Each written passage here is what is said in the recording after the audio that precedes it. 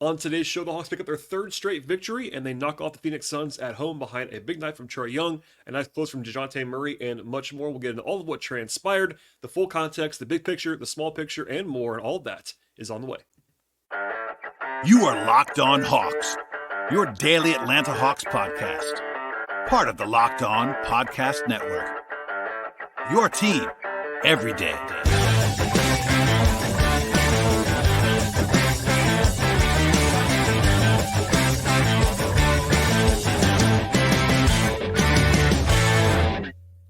Hello, friends. Welcome to episode 1644 of the Locked On Hawks podcast. I am your host, Rowland, coming to you on a Friday evening here in early February. And today's show is brought to you by the folks at FanDuel. And right now, if you're a new customer, get $200 in bonus bets if your best bet of $5 or more happens to win.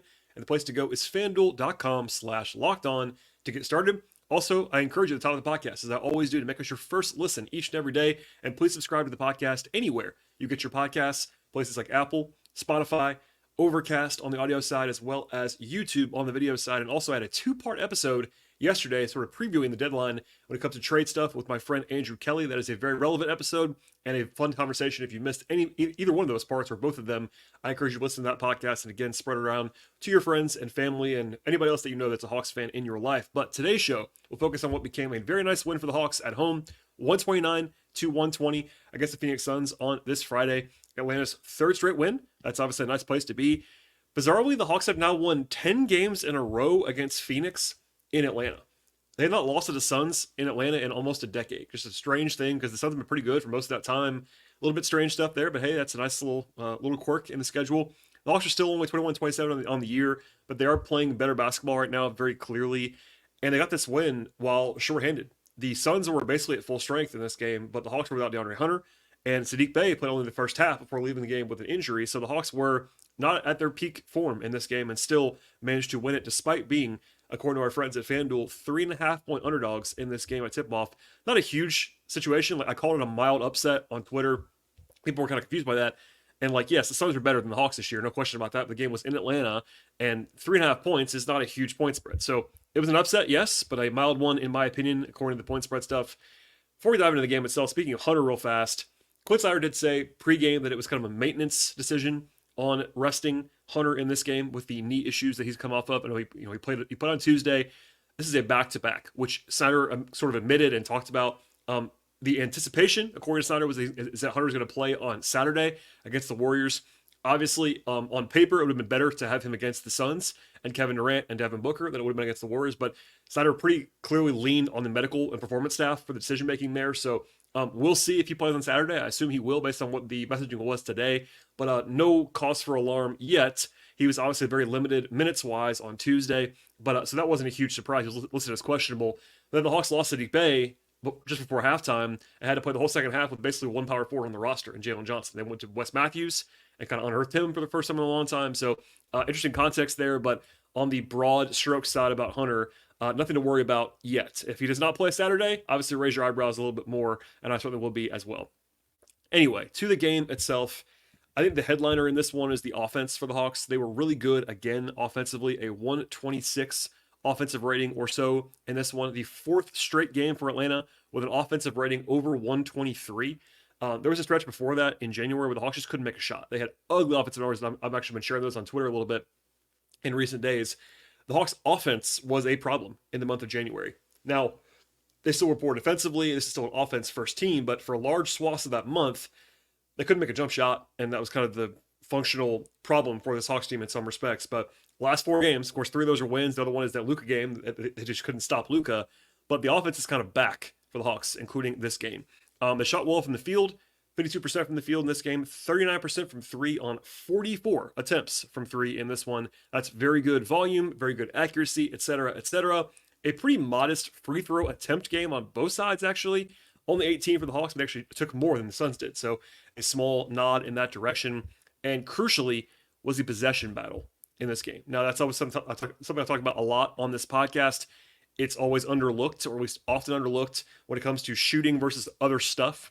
And shooting is certainly big. It's probably the most important thing. But if you win on the margins, it can certainly help you. In this game, the Hawks ended up with 8 extra shooting possessions. So 8 extra shots. 7 shots from the field and 4 extra free throw attempts. So actually, you'd argue 8 or 9 possessions offensively, because they only had 10 turnovers in the game, which is a very good figure. They only had 2 in the first half. The second half, a little bit worse ball security wise, but still 10 turnovers that led to only 5 points for the Suns directly. That's a huge swing. 10 in the single game is very, very good. And then the Hawks also had 12 offensive rebounds in this game. It had the overall edge on the glass. So if you win the rebounding battle and the turnover battle in the same game, you are in good shape, to the point where the Suns actually outshot the Hawks narrowly in this game. But the Hawks managed to win this game by 9, despite shooting worse than the Suns, because they won everywhere else. That's not a small thing, we'll say. Also, 29 assists in this game is very, very strong. Good ball movement for the most part for the Hawks in this game. 6 guys in double figures. Phoenix is not great defensively. I'll be the first to admit that, but they are like middle of the pack. They're not awful at all defensively. They were at full strength. So to put up real numbers against this team, yes, it was at home, but it was a very effective offensive game for Atlanta, led by Trae, but Dejounte had a big fourth quarter, and Bogey was really good off the bench in this one. Okongwu was really good in this game, so lots of positives that we'll talk about more later on, but a very strong offensive performance on the whole. And the defense was not as good as the offense was, but certainly did their part, is the way I'd put it, on defense in this game. So the Suns had a 119 offensive rating in this one. That's almost exactly what the Suns average. So that means the Hawks didn't shut them down, but simply put, if the Hawks can hold their opposition to what they average on a nightly basis on offense, that'll be good enough to win more than you lose if you are the Hawks. Again, that's nothing huge and groundbreaking, but if the Hawks can just kind of hold the line on defense and let the offense play up, that is usually their path to success in a broad sort of setting. So, as I said before, Phoenix actually shot better than the Hawks did in this game, but not by a ton, only by a little. They were a little bit better from 2-point range, similar from 3. But again, the Hawks dominated the turnover battle by 7, and also dominated points off turnovers in this game. Rebounding battle also went to Atlanta. The only kind of glaring weaknesses were, they couldn't stop Kevin Durant. No surprise there. Kevin Durant's awesome. So, there's only so much you can do against KD. The other thing was the Hawks, and I've said this a lot this year, I know, they were really bad in transition in this game defensively. And that's been a problem all year long. They have certain guys who just don't really like to get back or whatever it is. So it's a problem that happened in this game, and it almost bit them throughout this one, but it was enough to kind of overcome. They did a good job not fouling in this game, which was certainly important. They did a pretty solid job on Devin Booker, I thought, and really contained Bradley Beal, which was very helpful along the way. But look, nothing spectacular defensively by any means, but the Hawks did enough on defense and then had their offense playing at a very high level. And again, I don't want to overstate it either, but a good win for sure in any context against the Suns. This is a good Suns team.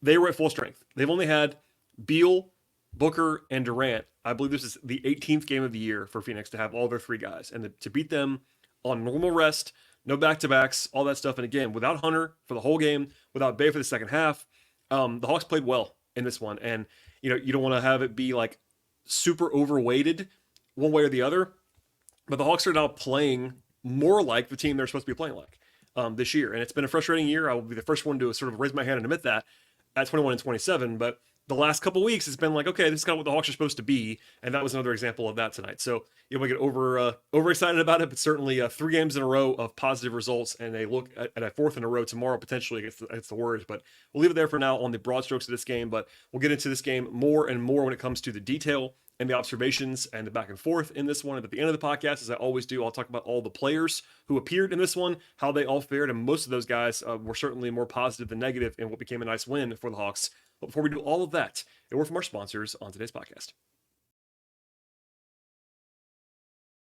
Today's show is brought to you by FanDuel Sportsbook, and happy Super Bowl to all who celebrate from the folks at FanDuel, America's #1 sportsbook. Super Bowl Sunday is looming. It's about a week plus from now, and it's all about scoring the best seat on the couch or at a party or wherever you like to watch football, grabbing your favorite snacks and drinks, and also placing some super bets on the big game. Beyond the diehards, of course, Super Bowl Sunday has a big game feel. It brings in the most casual fans, and they also have basically a national holiday at this point for that game. It's also a great time to dig in at FanDuel because they have lots of stuff across the board to consume and analyze and bet on their platform. The app is safe and it's secure. And even beyond the NFL, they have basketball and baseball and hockey and soccer and golf, tennis, auto racing, MMA, boxing, and much more. In fact, FanDuel has so many ways for you to end the season with a W or 2 Ws, 3 Ws, and more. And not only can you bet on who's going to actually win the Super Bowl, which of course is a pretty interesting thing in its own right, But FanDuel also has bets on which player is going to score a touchdown in the game, how many points will be scored in the game, all kinds of player props and game props, and so much more. And if you're a new customer, join today. You'll get $200 in bonus bets if your first bet of $5 or more happens to win. And the place to go one more time is FanDuel.com/lockedon, and make every moment more with FanDuel, official partner of the NFL. And again, one last time here, FanDuel.com/lockedon. All right, and to the game flow in this one. And in general, the Hawks actually never lost a quarter in this game. It was a little bit closer than that indicates. They tied the second quarter, but it was a bunch of narrow quarter victories for the Hawks, and that began in the first. They opened with Jalen Johnson on Kevin Durant, which makes sense. It was Dejounte Murray a lot on Devin Booker in this game. And without Hunter, they're kind of limited on the guys they can throw at them. They had Bradley Beal kind of hidden away. They had Bey on him for a while. They had Trae on him for a while. Really fast pace in this one, early on especially. Nobody walking on the floor. It was a really fast, like, offensive game out of the gate. A couple fouls early on from Capella. They got a Congo into the game earlier than usual. That became a storyline we'll talk about more later on. It was Bogey, and Patty Mills was the ninth player in the mix for the Hawks in this game, along with Wes Matthews. And Wes Matthews became a bigger part of the game later on because Bey left the game, but he had not played since January 7th. And I'll say this now, I'll probably say it again later. Quinn said the same thing. I thought it was actually really important to get some solid enough minutes from Wes Matthews in this game. They went to him almost certainly because of his defense. This is a matchup where the Hawks could just use anybody that can try to defend Booker, Durant, Beal, anybody, just like another wing savvy defender. And that's what Wes Matthews is. And it was very helpful that he made some shots as well. But that was kind of why they went to him. I think also just for the guile, basically, because they were so shorthanded without Hunter and then without Bey in that second half. Trae had a couple defensive flashes in the first quarter against Devin Booker. He had one where he kind of locked him up around the free throw line, which was a nice play, and then also got a pickpocket of a steal and a layup against Booker. Later on in the game, he had a steal against Durant. That was a big play, and he was pretty active defensively in the spot.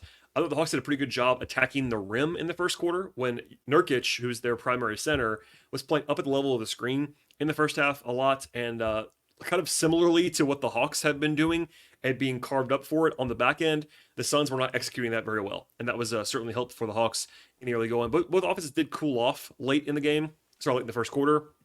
The Hawks led by 3 points at the end of the first. Trae had a hot start. He had 11 points. The Hawks shot it well, and that was kind of a nice start for everyone involved. Bogey made his first 3 shots of this game, leading in the second quarter, actually. His fourth one, though, was actually a pretty hilarious heat check air ball that everybody kind of laughed about, including him. But he had a nice lob to a Congo after that. The Suns kind of got back into the game, tied it a little bit with a mini run in the middle of the quarter. Hawks had a nice 10-2 run mid-quarter and second quarter with a Congo in quarter 3. Quinn won a challenge, actually, that was a foul called on Trae, and clearly did not foul him. Trae got up and was calling for the challenge right away. It was overturned pretty fast by the officiating crew, so that was an easy one for Atlanta. Ironically, I thought Saddiq Bey had his best defensive half in a while before he exited the game. A couple good moments where he was actually in the primary action defensively and didn't really have the mistakes that he usually has, or at least sometimes has, off the wall. So I thought actually he played well defensively. Offensively, less so, but still some nice flashes, some encouraging stuff there from Saddiq. Late in the half, Clint Capella had a truly awful stretch of shooting around the rim. He missed 2 or 3 in a row. One of them was like a literal curveball where he had this weird spin on the ball for no reason at all. Like, it hurt them badly in that stretch, I have to say. Even as someone who is, of course, higher on Clint than most, it was the right calls we'll come back to later on to play Okongwu more than Clint in this game. He was just flat out better. And that one stretch late in the first half was really unsightly for Capella. No question about that. Still, the Hawks were up 30 at the half and in a good place despite not even shooting the ball that crazy well. They were really good in the supporting metrics before halftime. As I noted before, Bey rolled his ankle late in the second quarter, I should say. He was hobbling, ended up being done for the day. We didn't know that until the third quarter started, but I kind of observed, and I think I was the first one to even say that, Wes Matthews was out there starting, and as soon as you see that, it's like a dead giveaway that Bey's gone for the game. They would not have started him if Bey was available, and it was the first time all year the Hawks have had to play without Saddiq Bey, which might sound crazy, but he's played in every game. Saddiq Bey has been, for all of his shortcomings, extremely durable in his career. Quinn talked about that after the game a little bit as well. So last year he played 77 games. Year before that, 82 games. And the year before that, he played 70 games for the Pistons. But that was the year that I believe the Pistons only played 72 games. So yeah, he's basically missed like 5 games in his career. Like, he's been extremely durable. And he missed the second half in this one. So it was the first time all year that they had to go without him. And without Hunter available, they literally had one power forward on the roster. Mo Gay is hurt, as he has been all year long. So they had Jalen, that was it. So they had to go a stretch in the second half with Wes Matthews at the 4, which is not a great setup. The other option would have been to go with 2 bigs, which they've done some this year, but against the Suns, not great in terms of matchup-wise to have to go to Capella and Okongwu, and also Capella wasn't playing that well. So it was the right move to go to Wes for a brief time. Jalen played a lot of minutes in the second half, as he should have, but a weird situation without Bey and Hunter unexpectedly as well. Booker got a little bit loose in the second half. He had 9 points, like 4 minutes start to half. Some danger zone stuff there. There was a run by the Suns to take the lead briefly, a 9-2 push by Phoenix. Capella missed another bunny. It was actually a missed dunk. That was a sort of a half hour from hell for Capella's way I put that. He just could not get anything to go down in that stretch. Murray got a tee for throwing the ball into the stanchion in frustration. He had really struggled to that point, and I will say, as I said earlier briefly, he was very good after that, but he was really kind of non-existent, invisible, rough in the first 2.5+ quarters. Crucially, Phoenix stopped turning the ball over. So, like, the one advantage the Hawks had in the first 2.5 quarters was the Suns just kept giving the ball away. That stopped, and that led to Phoenix taking the lead. But from there, it was kind of leaning to the Hawks. So the Hawks had a free point late in the third quarter when Suns backup center Drew Eubanks got a tee for flopping, and it was the right call. He did flop, but that's not one you see every day. And then the Hawks had a 7-0 run to close the quarter, and that felt like it was absolutely stealing for Atlanta because it came without Trae, without Jalen, and without Saddiq. And had Wes Matthews had a 3 in that stretch. It was a nice little wrinkle for Atlanta to go up by 5 going into the fourth quarter. And then Dejounte came alive. So he had a stretch early in the fourth quarter. He had a nice finish at the rim through traffic, then a steal and a layup, and the Hawks were up by 9 points. He was much better in the fourth quarter. In fact, as I'll say it now, he had 13 points in the fourth on 5-9 shooting. Before that, he was 2 of 8, and I think he had 6 points in the first 3 quarters. So he was a different guy in the fourth quarter, which is certainly big for Atlanta. He was much more engaged on both ends of the floor, really. Okongwu played a lot of minutes. So I'll stop here for a second. He played the first, so he would have had to play the final 15.5 minutes to close the game without ever coming off the floor. So they brought Capella back in with about 7 minutes to go, and Hawks fans freaked out. And I was trying to say, look, they can't really, I guess they could have played Okongwu the rest of the way, but they don't like to play him that many minutes in a row. It's hard to do that as a center. They played Capella for about 2.5 minutes. They brought Okongwu back in, and that's pretty much exactly what I would have done. There are nights when Capella is better than Okongwu. The metrics tell an interesting picture there when it comes to Capella being ahead of Okongwu in all of them this year for the most part. But there are nights when it's very clearly an Okongwu game, and this is one of those games. Like, it's nice to have options. They have probably too much in terms of resource allocation at center right now, but one of the nice things about that is that you have these 2 good options. So Okongwu is smaller and more flexible and more malleable and more skilled, and I think that all kind of played up in this game. And by the way, he just played really well. So they handled it well at the end of the game. They closed with him. That was the right move. And just wanted to put that out there for a second. Trae had a pretty pivotal steal on Durant and made a 3 to go up by 10. They were still up by like 6 points with 4-ish minutes to go. And then there was a big swing that was kind of a weird thing. So Durant and Gordon hit back-to-back threes.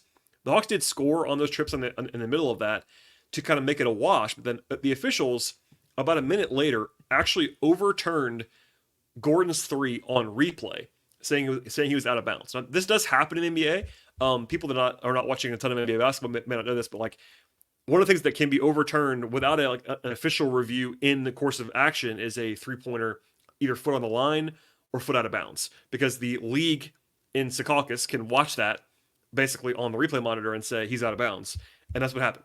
So essentially, they took 3 points off the board for Phoenix, and that gave the Hawks a 9-point lead. Minutes later, the Suns actually won a challenge to overturn a foul call the Hawks got. So there was lots of officiating at the end of this game. But from there, the Hawks were never comfortable, but it was never particularly close either. Like, Beal missed a good look at a 3. Jalen had a huge rebound. Dejounte did miss a 3 that could have ended the game right then and there. But defensively, they got a stop on Grayson Allen missing a shot. The Suns kind of weirdly didn't foul. They almost kind of gave up a little bit earlier than you would see. And then Murray had a dagger layup to go up by, I think it was 8 or 9, with about 30 seconds to go. And that was kind of the end of the game. So again, Murray was really good late. That was a big part of this. And then defensively, the Hawks held the Suns to 25 points in the fourth quarter. And that's a very, very strong thing. So lots of noise. Obviously, the Gordon thing got a little bit of attention because it got overturned, but it was the right call. Like you can see it, he's out of bounds. So it was a little bit weird that it happened after the fact, but it's allowed, and that's what it is. So it didn't get tight. The Hawks have had some meltdowns at the end of games with leads, and if the Suns had played up a little bit more, it would have been a little bit scarier maybe at the end of the game. But they were essentially up, 6, 7, 8 points that entire crunch time run, and it never got super tight as a result of that. And the Hawks again steal this win. They were up not the entire game, but they were up most of the game by a modest amount, somewhere between 3 and 10 points, and they held on. So we'll have more on the individual stuff in a second, but just again, offensively, just enough plays all the way through. Trae for 3.5 quarters, and then DJ in the fourth. Bogey had a huge stretch in the middle of the game that ended up being huge. He was plus 13 in the game. So positives all the way around, and we'll have more of them when it comes to the individual play in a second. But first, our final word from our sponsors on today's show. Today's show is brought to you by PrizePicks, and PrizePicks is the largest DFS platform in North America and also the easiest and most exciting way to play daily fantasy sports. At PrizePicks, you pick 2 to 6 players and then choose whether they'll have more or less than their projections in a ton of different categories across the sporting landscape. What is 25 times the money on your entries as well? And there's combo projections available to you at PrizePicks that will allow you to pick 2 or more players from different sports and different leagues and put them together. And they have a ton of different selections of sports and stat types not offered anywhere else. They have projections on the NFL, NBA, college sports, MLB, NHL, and many more. And they have a reboot policy as well at PrizePicks. And they are the only DFS platform with an injury insurance policy. I've really enjoyed PrizePicks for quite some time now, really all this year as well. Daily stuff on the NBA as well as the NFL and baseball stuff when it's in season, etc. I'll be digging in all the time when it comes to the rest of the season. And on the whole, the experience is really fantastic at PrizePicks. It's easy, it's intuitive, it's fun, and I recommend it at the highest level. And the place to go is prizepicks.com/LockedOnNBA and use code LockedOnNBA for first deposit match up to $100. One more time, that is prizepicks.com/LockedOnNBA and use code LockedOnNBA when you get there. Check out DFS made easy with PrizePicks. Okay, and to the players on today's podcast, and generally pretty positive, as you might expect, for a nice win. Off the bench, the supporting guys were Patty Mills and Wes Matthews. Just as a note here, they called Kobe Bufkin up from College Park. He was inactive for the game. Not the first time this has happened. They like to have Kobe around the team. College Park does not play for a few days, so that's kind of why that happened. I know nobody loves that, but that's kind of the logistics involved. They had Trent Forrest active. He did not play. I don't love having Trent active and not playing him because tonight was his 47th game. And if you've missed this before, two-way guys can only be active for 50 games. So he is almost to the point where they're going to have to make a decision about like where to keep him around. Because if you're on a two-way and you hit your ceiling, there's not really any reason to keep you on a two-way. So keep an eye on that in the next week or so. No Garrison Matthews, no AJ Griffin, no Bruno Fernando. But Patty played 10 minutes. I didn't love it. Honestly, I don't think that was a good matchup for him in general. I almost would have maybe gone to Garrison because he's got more size defensively. But Patty was just like, he was just kind of small. I don't think he was bad, just small and missed all 3 of his threes. So kind of tough sliding there, but they were still able to win those minutes. West played 13 minutes, 6 points, hit 2 threes that were big. He took a couple of bad shots, I have to say, some pretty overzealous shots from Wes Matthews, but certainly he's rock solid defensively and gave them valuable minutes for sure. The other guys on the bench, Okongwu and Bogdanovic, were awesome in this game. Bogey, 23 points in 34 minutes. He was 4 of 5 on twos, 4 of 7 from 3, 5 assists, 4 rebounds, no turnovers. Just an excellent game from Bogey. Now, he is one of the primary offenders when it comes to bad defense in tradition, I will say. Bogey is pretty bad at that. But offensively, he is so valuable, and that is something I talked about yesterday with Andrew, and so on and so on. He's a very valuable piece of this team. He was really good in this game, and we'll leave it there for now. Okongwu was awesome as well. 15 points, 7 rebounds, 2 blocks. One of his better games of the season, I have to say. 27 minutes, 7 of 8 from the floor, 1 of 1 from 3, plus 23. That was a game best by a lot. He was really good. It's a good matchup for him for sure, but he finished around the rim. He made the right decisions over and over again. No turnovers. Just a really good night from Okongwu. If he was this good all the time, it'd be a little bit easier to kind of make decisions, I think, a little bit for the Hawks, but I think he had a really good game in this game. So it was the right move to handle the centers the way they did in this one. Playing him more, he was just way better than Capella in this game. And sometimes it's the opposite, but tonight it was Okongwu and well handled by everybody involved, and Okongwu was awesome in this game. Speaking of which, Capella, 11 points, 10 rebounds for Clint in 21 minutes. The finishing stretch in the end of the first half, beginning of the second, was really, really rough. No question about that. I think it does get overblown because people just remember only that. That's not a new phenomenon, but I do understand it. It was, and I'm not mincing words. It was really bad, like really, really rough. And again, they made the right call to play Kongwu more. I don't think that was like the entire story on Capella's night. I think he was not so bad other than that, but they were hurt. They were hurtful, and he'll have to be better than that tomorrow and beyond. So leave it there for now. But he was not his best for sure in this game. Saddiq Bey didn't play very much because of the injury. He cost him the entire second half. 16 minutes. He was 1 of 4 on twos, 0 of 4 from 3. I said before, and I'll say it again now, I think it was actually one of his better defensive games of the season. Now, that doesn't mean a ton, but it's certainly helpful.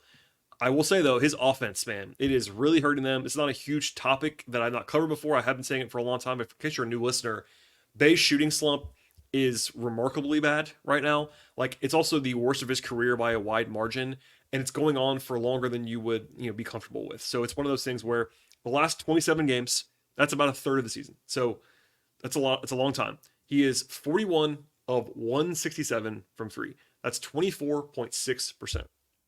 This is a guy that even with that, if you include this stretch, and you should, his career 3-point percentage is 39%.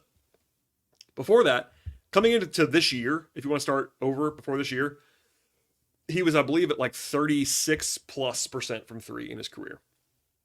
Now, so this stretch has already cost him a full percentage point on his full career numbers. He is not this bad of a shooter, but he's not shooting the ball with confidence right now. I don't think he's also shooting the ball. It's always been flat, but it's not looking good. He's not on balance a lot. I think he's pressing a little bit. So, tough sledding. Like, there's not really anything you can do about it. I've said this before, but the solution is not to have him stop shooting. That would be a terrible solution. He'd have to not hit. Like, the Hawks will never tell him not to do that. I think he has to shoot. He just isn't making shots right now. But anyway, I'll be positive and say defensively he was pretty good in this one by his standards, and offensively just it's a shot making issue. But we'll come back to that when we need to. And then the big three in this game: Trae, Dejounte, and Jalen Johnson. 38+ minutes for all three guys. That's a lot on a back-to-back, but I understand why. It was a close game. It was a short-handed game for, as all the reasons I said before, no Bey for half the game, no Hunter, etc. And all three guys had good moments. Jalen was just okay. I don't think he was particularly good, nor was he bad. He was just kind of okay. 16 points, 7 rebounds, 4 assists, a steal and a block. Had some really high highs, as he always does. Had some shaky lows as well. But he was fine. Defensively, he at least kind of bothered KD, but obviously was overmatched. Most people are. KD is impossible to guard, so it's not a shot at Jalen at all. I thought he was all right. Just solid enough. Trae had a really good game. 32 points, 15 assists, 3 steals for Trae. He was 4 of 6 on twos and 7 of 11 from 3. It's not every day that you see Trae have 32 points with 2 free throw attempts. He's usually a much more free throw drawing kind of force than that, but he was really good. Also, like, pretty active defensively. A couple of pretty notable plays on steals and turnovers, and he had a block and 3 steals in this game. Drew a charge, etc. So I think Trae played very well. Did turn the ball over 7 times, but other than that, like, he was pretty good in this game.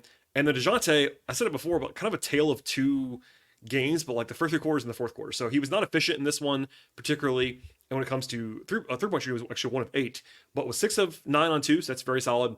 Got to the line 8 times, 8 rebounds, 5 assists, 22 points. Really big in the fourth quarter. Like, he really was. I think he was kind of shaky / not good until then, but it all counts. And he was really, really effective in the fourth, and they don't put the game away without him. So that was notable to me as well. All right. Lots of words on this game, but in the end, a very, very nice win for the Hawks. Briefly here, I'll touch on something when it comes to trade stuff. By the way, we did a little bit with Andrew yesterday. I do think Trae Young was snubbed, like legitimately snubbed, should have been on the All-Star team. The way that I would put this is, like, and I said this today on social media, but my real beef is that Trae should have been a wild card. If nothing else, like, I have no interest in litigating Trae versus Maxey or Trae versus Brunson or Trae versus Mitchell. Those are more nuanced discussions. I do think that Trae versus Paolo Banchero is not even particularly close, to be honest. So that's the frustrating one for me.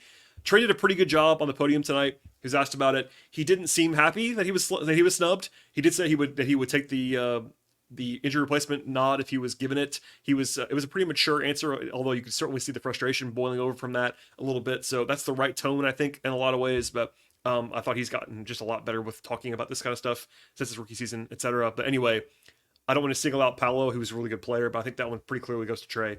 We'll leave it there for now. Speaking of the Andrew conversation that we had yesterday, Andrew Kelly and I talked for 2 parts. Again, 2 parts. listen to that podcast for sure about trade stuff. Not a ton since then. My friend Jake Fisher of Yahoo reported the following, quote, "The Hawks continue to be described by rival executives as the most active and aggressive team in the marketplace, motivated to discuss the majority of its veteran players, highlighted by All-Star guard Dejounte Murray, arguably the best player known to be available." End quote.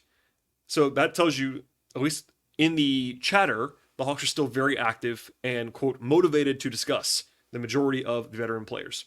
That includes Murray, of course, but also Capella and Hunter. He talked about AJ Griffin being a notable piece that's been discussed. Also, he said that Bogey's been valued by the Hawks a lot, which I talked about a lot yesterday.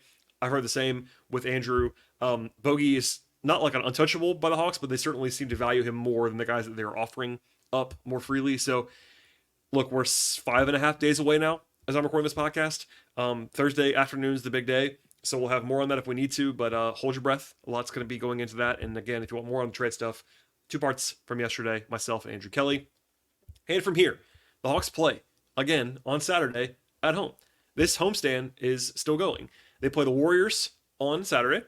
A turnaround for both teams, actually. Actually, as funny as this is, it's actually going to be a rest advantage for the Hawks, despite the fact they played tonight, because the Warriors played in Memphis against the Grizzlies. They have to fly in and do all that. So that's a little bit more of an advantage, actually, for the Hawks, even on a back-to-back. So that's a small thing there, but notable nonetheless. And at the moment, pre-injury reports and all of that stuff, the Hawks are favored by about 2.5 points at FanDuel. So we'll see if Hunter plays. We'll see what Bey plays. We'll see what Warriors look like roster-wise. But a winnable game for sure. The Warriors are not as good as the Suns, for instance, and the Hawks just beat the Suns at home. So keep that in mind. We'll have a podcast as we always do after that game. And I'll leave it there for now. So please subscribe to this podcast anywhere you get your podcasts. If you are an audio-only subscriber, so places like Apple, Spotify, Overcast, etc., you also have bonus content on this feed on a regular basis from the folks at Locked On Sports Atlanta. They do these postcast episodes that run on their own YouTube channel, but they're also in our audio feed. So if you want more on any game, you should have that in our audio-only feeds. In addition, it's not anything else. Anything less for me. It's just extra stuff. If you enjoy that, check it out for sure. Recommend that. And then also follow us on YouTube and like the show and subscribe and all that fun stuff. Smash the like buttons and the alarm buttons and the bells and all that stuff. It's always appreciated. And certainly, if you have Hawks fans that you know in your life that have not found us just yet, help us to spread the word. That's a huge thing you can do for the podcast. Ratings and reviews as well, but certainly that and social media follows. You can follow us on Twitter /X at Locked On Hawks for the show. Also follow me there if you want to at BT Rowland. I write about the Hawks regularly as well. It is patreon.com/BT Rowland. I also shared some audio there tonight from Quinn Snyder, just a place to kind of share all of my extra stuff that's not always on this podcast feed. So follow me there and support that endeavor if you want to. And yeah, that's all I have on this Friday evening. Enjoy the rest of your night into Saturday. Again, I'll have a podcast in about 24 hours from now, so stay tuned for that. And we'll see you all next time.